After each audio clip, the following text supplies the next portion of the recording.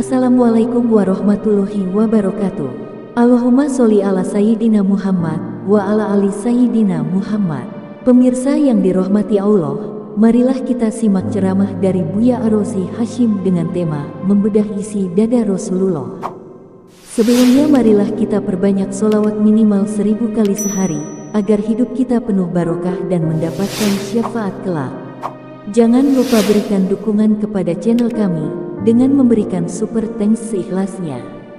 Marilah kita doakan agar Buya Ar-Razi Hasyim dan keluarga diberikan kesehatan dan kebahagiaan dunia dan akhirat.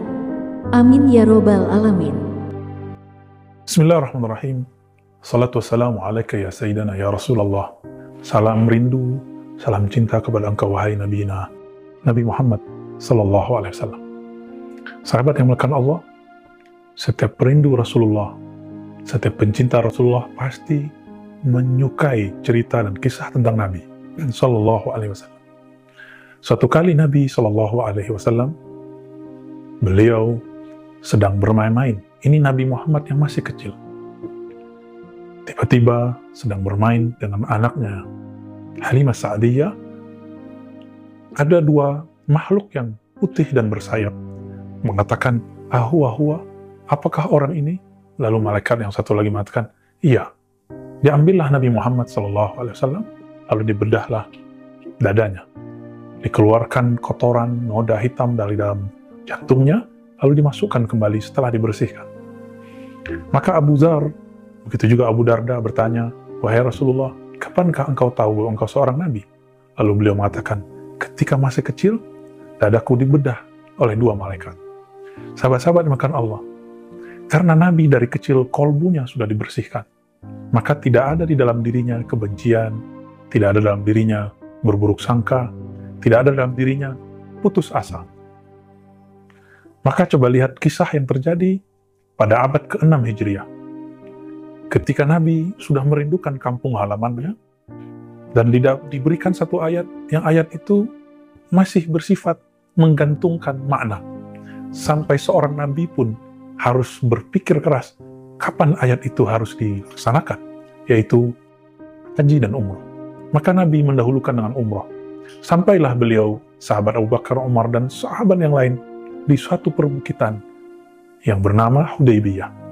Tiba-tiba, orang-orang kafir Quraisy menahan mereka dan tidak membolehkan mereka masuk ke dalam kota suci Mekah. Di saat Sayyidina Umar, Sayyidina Abu Bakar, dan para sahabat sedang menginginkan masuk ke Mekah, mereka sangat rindu. Di saat itu mereka diuji. Ketika seorang hamba sangat mencintai sesuatu, maka Allah mengujinya dengan hal itu. Terjadilah ujian tersebut. Mereka ditahan, tidak boleh masuk, bahkan dibuat persetujuan. MOU 10 tahun tidak boleh masuk ke Mekah. Nabi Muhammad menerima. Bahkan ketika ditulis namanya Muhammad Rasulullah, kata Rasul pun dihilangkan. Nabi Muhammad mengatakan, "Hapuslah wahai Ali." Tapi Sayyidina Ali kemudian tidak mau menghapusnya, karena beliau sangat hormat dengan nama Allah. Beliau tidak berani menulis kata Rasul, Allah, lalu menghapusnya sendiri. Tiba-tiba Sayyidina Umar bertanya, "Rasulun anta?" Wahai Muhammad, benarkah engkau seorang Rasul? Ahaqqun dinuna, apakah agama kita ini benar?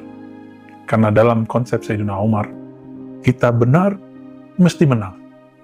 Kita benar, agama kita sahih, agama kita hak, mesti mendominasi semua. Kita tidak boleh mengalah. Ini konsep Sayyidina Umar. Nabi mengerti perasaan Umar, karena di kolbunya tidak ada noda. Nabi tidak tersinggung. Nabi membiarkan. Nabi membiarkan Umar melepaskan apa yang terasa dalam dirinya. Inilah Nabi, yang kolbunya penuh dengan kebeningan. Walaupun mungkin jika dibaca oleh orang-orang tertentu, hadis ini dianggap, Sayyidina Umar mungkin dianggap bersikap kurang sopan kepada Nabi. Tapi Nabi Muhammad tidak menganggap hal seperti itu. Lalu kenapa kita menuduh Sayyidina Umar bersikap tidak sopan? Lalu ditegurlah oleh Abu Bakar. Abu Bakar kemudian mengatakan, "Wahai Umar, apakah engkau telah membaca ayat ini?" Disebutkanlah di sana kata kunci bahwa masuk ke kota Mekah itu hanya dengan insya Allah, dengan izin Allah. Ternyata ini belum diizinkan oleh Allah Subhanahu wa Ta'ala. Lalu Sayyidina Umar sadar, dan ketika kembali ke Madinah, ia menebus kesalahannya dengan cara memberi sanksi ke dalam dirinya, bertobat 40 hari, tidak tidur di malam hari, berpuasa di setiap hari. Supaya Rasulullah meridhoinya, Allah mengampuninya. Walaupun Rasulullah tidak menaruh dendam sedikit pun dalam hatinya. Teman-teman yang dimuliakan Allah, apa perasaan kita? Kita mungkin punya suatu jabatan, atau punya satu gelar. Lalu ada orang mempertanyakan gelar dan jabatan kita. Misalnya, ada di antara kita seorang direktur. Lalu orang bilang, kamu direktur beneran? Saya direktur begini. Sama dengan tadi, Rasulullah ente beneran Rasul. Masa Rasul ngalah dari orang kafir? Ada seorang ustadz, seorang ulama, mungkin dia bergelar doktor, LC, MA. Lalu pendangannya ini kurang berkenan di kalangan jamaahnya. Dan jamaahnya mengatakan, kamu beneran ustadz gak sih? Kamu ustadz macam apa? Ini satu diksi, satu redaksi dengan kalam tadi. Seorang ulama yang mewarisi kolbu Nabi tidak perlu menaruh kebencian dalam hatinya, meskipun mungkin dia boleh bersedih, tapi dia tidak boleh menaruh dendam. Inilah inspirasi yang dapat kita ambil dari kebeningan kolbu Nabi, keselamatan isi dada Rasulullah Sallallahu Alaihi Wasallam. Maka bacalah satu doa, wahai teman, wahai sahabat, Allahumma inna nas'aluka salamat sadr. Ya Allah, berilah kami keselamatan, keterbebasan dada hati kami dari sifat-sifat yang negatif. Amin ya rabbal alamin.